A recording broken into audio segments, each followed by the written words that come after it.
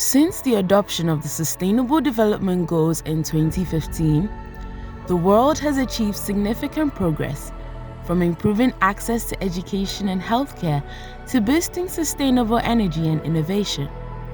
While challenges still exist, particularly in areas such as climate action, youth employment, and inequality, the momentum is growing. The Global Youth Workers Conference incorporates a fresh vitality to the goals by demonstrating how young people around the world are putting ideas into action and creating a better future for everyone.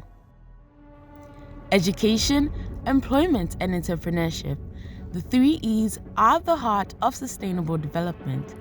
They are critical to achieving SDGs 4, 8, and 9. You mentioned some challenges, and as stakeholders in these sectors, we believe that your ideas will help us together, embark on projects that will empower these young people. The grammar is too much. We have too many grammar people in the country, and that's why when you come for interviews, you interview them. There is nothing. They have nothing to bring to the table. We are always in interview sessions, and we bring nothing. But you go to the TVET institution, you have actual skill. When young people are educated, given skills, and encouraged to create employment rather than merely seek them, they become catalysts for change in all sectors. So you kind of see that the pastor will get there, let them select who come and then to be like a school, and then we change the system whereby it will look like a punishment for the person. They make it look like it's a separation from the social world because of one or two things you do. But this is your own world. School, they are the military kind of. This is your school. This is where you do this. And when you have a job, look at passport plus get these people. Let them come and do their work. And then the money that from one waste, we will give to the prison service and we will take them better their lives. The three E's aren't just goals. They are the tools that enable young people to propel the entire SDG agenda forward. Young people must have good mental health and well-being in order to succeed in the communities, in work, and in school. This closely relates to SDG, well-being, and good health. We need to build a community. We need to collaborate. We need to connect. So that is why we are also here. We are youth workers, isn't it? We need to go out there, work to preserve our families, to preserve everyone that is around us. We are trying to protect our livelihood while we are also endangering the whole crew in the process. Because in some instances, we even forget about basic things like IPC, when you need to protect yourself to save the rest. But we go on and do what we can do out of love without realizing that we are trading it for a bigger price. Today, we brought together an incredible panel of leaders. They each play a key role in shaping policy, delivering care, and advocating for change. The goal here is to give us, the youth workers, practical strategies, tools, and inspiration to better support the mental well-being of the youth we serve. And mental health should be seen as actual health issues. It's a disease, just like you have back pain, you have, a headache. Mental health is a disease, and I think if we start from that point, that it is a disease that can be treated and should be taken seriously as a treatment regimen.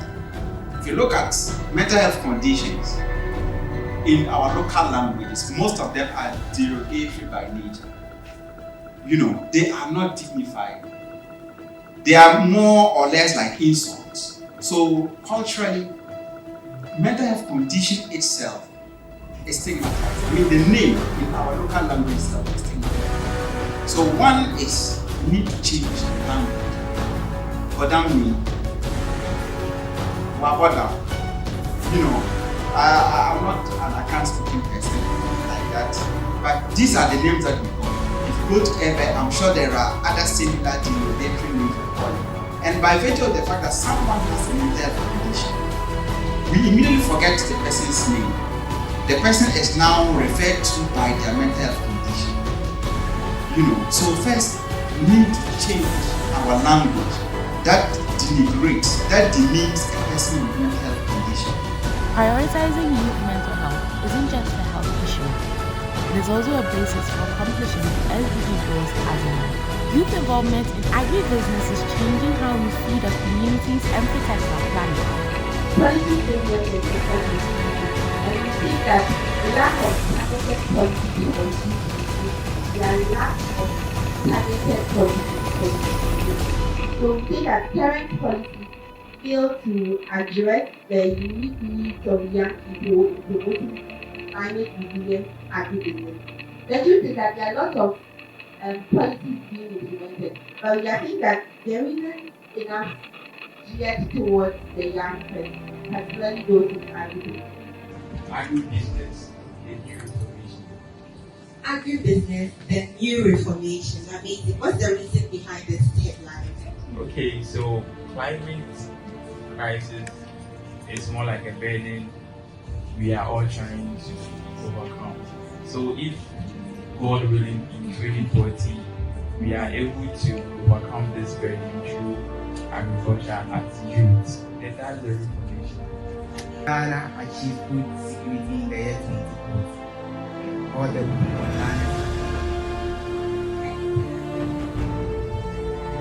So I believe that enough practice and all the things that we've been talking about recently from the things if we are able to achieve all these things when we reach 2040, everything is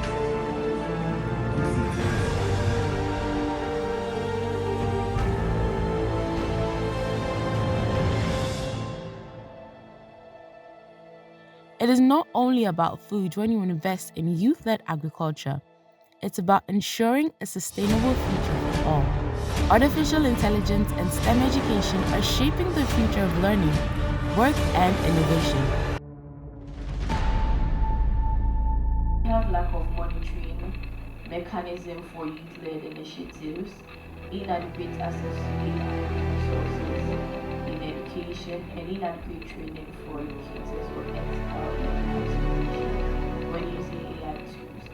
How is AI changing work?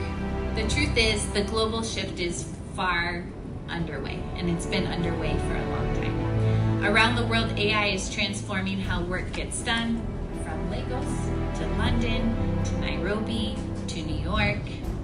Some jobs are changing and some are disappearing. That is a real thing.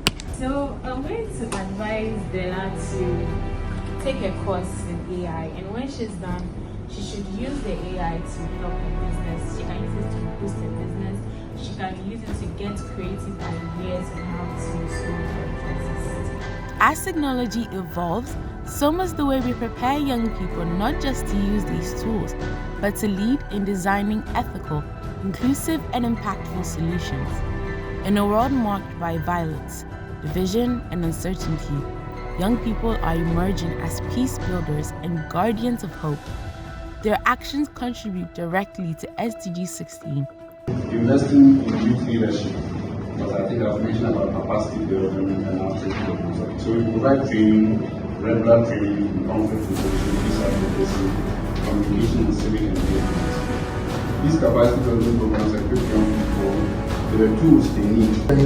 We are working on so many exciting initiatives to make sure that young people lead in peacekeeping initiatives, peace building initiatives in their various communities. Our natural resources are also one areas that face issues about conflicts. So how do we ensure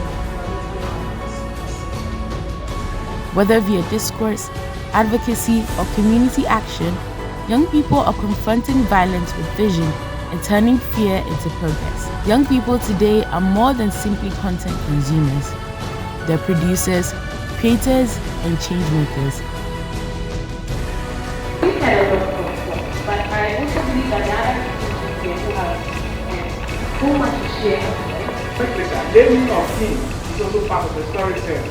If you are not creating, you can't live. Because other people, they know the issues already. The story to tell about slavery, Apple, they've already told it.